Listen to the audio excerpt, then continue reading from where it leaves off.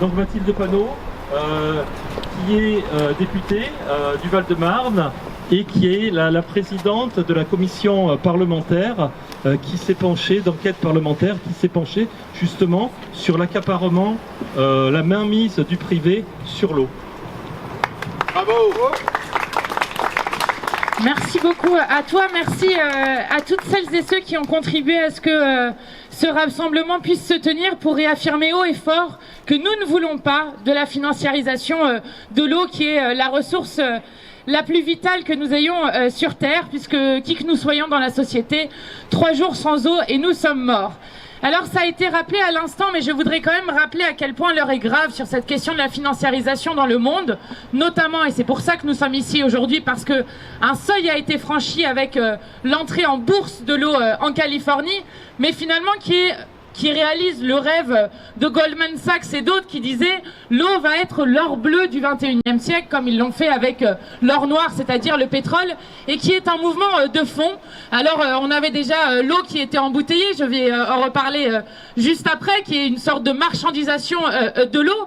On a eu avec Thatcher donc les réseaux d'eau qui ont été privatisés, créant des conséquences absolument terrifiantes, non seulement une explosion des factures, mais des milliers de gens qui étaient obligés de faire la queue devant finalement des fontaines d'eau parce qu'ils n'avaient plus d'accès à l'eau potable chez eux.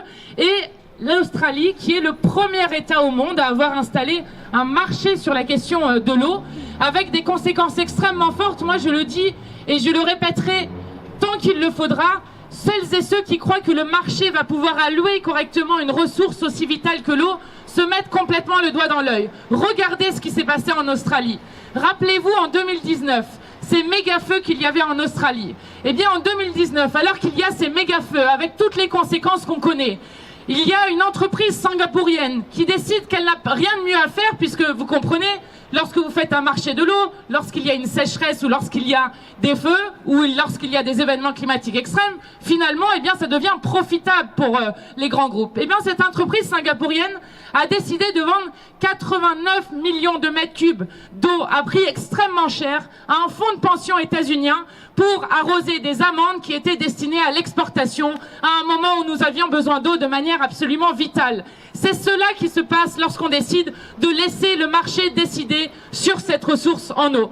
Donc ce rassemblement, il est extrêmement important et c'est notamment sur ces alertes-là que nous avons lancé et initié la commission d'enquête sur la mainmise de la ressource en eau. Alors évidemment, heureusement, en France, nous n'en sommes pas à ce niveau de financiarisation. Mais oui, en France, nous avons un accaparement par les intérêts privés de cette ressource en eau. Nous avons un accaparement des intérêts privés pour la ressource en eau qui met gravement en danger le droit à l'eau, qui pourtant a été reconnu dès 2010 à l'initiative de la Bolivie, à l'ONU, comme un droit fondamental humain, le droit à l'eau et à l'assainissement. La France avait voté pour, et pourtant le droit à l'eau est encore bafoué dans notre pays. Je voudrais qu'on ait une pensée particulière pour nos compatriotes de Mayotte, dont un tiers de la population n'a pas accès à l'eau potable. Et lorsqu'ils vont aux bornes, il y a des contrôles de police pour savoir qui est ou non a des papiers, donc des contrôles qui empêchent des gens d'accéder à l'eau potable. Et je voudrais aussi qu'on ait une pensée extrêmement forte pour nos compatriotes en Guadeloupe, dans lequel nous avons passé 10 jours pour observer la situation des Guadeloupéens. Vous le savez, il y a une révolte extrêmement forte en Guadeloupe. Pourquoi ? Notamment, une des raisons de la colère des Guadeloupéens, c'est qu'ils n'ont pas accès à l'eau. Toute la population, quasi toute la population des 400 000 personnes qui y vivent sous tour d'eau. C'est-à-dire que vous avez de l'eau seulement quelques heures dans la journée, ce qui est d'ores et déjà une violation du droit fondamental à l'eau. Mais en plus de ça, vous avez des enfants qui en France en 2021 ratent jusqu'à 1 mois et demi de cours par an, d'école par an parce qu'il n'y a pas d'eau à l'école.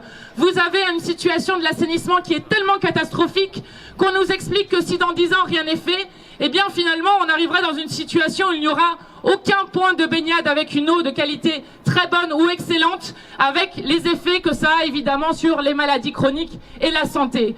Vous avez l'impossibilité en Guadeloupe aujourd'hui de faire le geste barrière élémentaire en période de Covid, qui est celui de se laver les mains.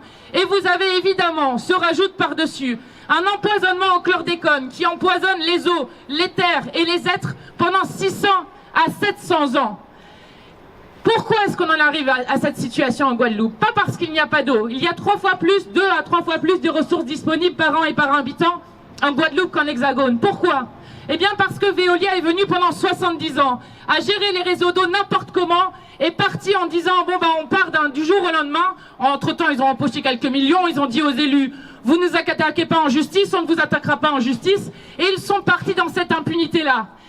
Et donc la première des choses à faire, c'est de réaffirmer que oui, nous sommes favorables à la gestion publique de l'eau, et c'est d'ailleurs une des choses que les militants et militantes de l'eau avec ténacité ont arraché. C'est très important. Nous sommes en train de gagner sur cette question-là. Depuis 20 ans, le nombre de contrats au privé a été divisé par 2. Et oui, nous devons arracher des griffes des multinationales, Veolia, Suez et Lassor, la gestion de l'eau dans nos communes, parce que c'est ce qui permet à la fois de réduire les factures, d'avoir surtout une gestion beaucoup plus économe de l'eau, parce que nous sommes dans un pays où, tenez-vous bien, l'équivalent de la consommation annuelle de 18,5 millions d'habitants part en fuite dans les réseaux parce que nous n'investissons pas assez. Cette marchandisation, et je vais essayer d'accélérer un peu, mais on la retrouve évidemment dans le projet des bassines avec un accaparement de quelques-uns sur la ressource en eau. Et je salue les amis du collectif Bassines Non Merci qui font un travail formidable sur cette question-là. On la retrouve sur la question de l'embouteillage en eau, où là aussi j'ai vu les copains de Vittel qui étaient là, mais où à Vittel et à Volvic, mais à d'autres endroits dans le pays, vous avez Nestlé et Danone qui pompent directement dans la nappe phréatique, à tel point que la loi sur l'eau n'est pas respectée et que les habitants sont en restriction d'eau quand les multinationales ne le sont pas, et avec des situations comme dans les hauteurs de Volvic où tous les permis de construire sont suspendus parce qu'on craint qu'il n'y ait pas assez d'eau pour les habitants. Et on la retrouve aussi avec ce qui est la pointe avancée aujourd'hui de la financiarisation de l'eau, qui est l'OPA Veolia Suez, avec cette ouverture d'enquête au parquet national financier qui a été fait contre, notamment pour découvrir le rôle d'Alexis Kohler et d'Emmanuel Macron, qui évidemment sont impliqués dans cette affaire.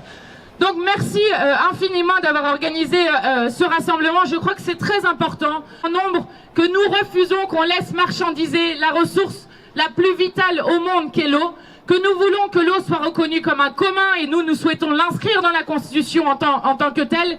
Et d'ailleurs nous avons fait une votation citoyenne où 99,6% des gens, des 300 000 votants, disaient qu'ils étaient prêts à le faire. Donc nous avons une majorité sociale dans le pays pour le faire, et de réaffirmer que nous voulons garantir le droit à l'eau dans notre pays. Donc merci infiniment, et je crois que ce droit à l'eau ne pourra être garanti qu'avec une gestion publique et citoyenne. Merci beaucoup. Merci.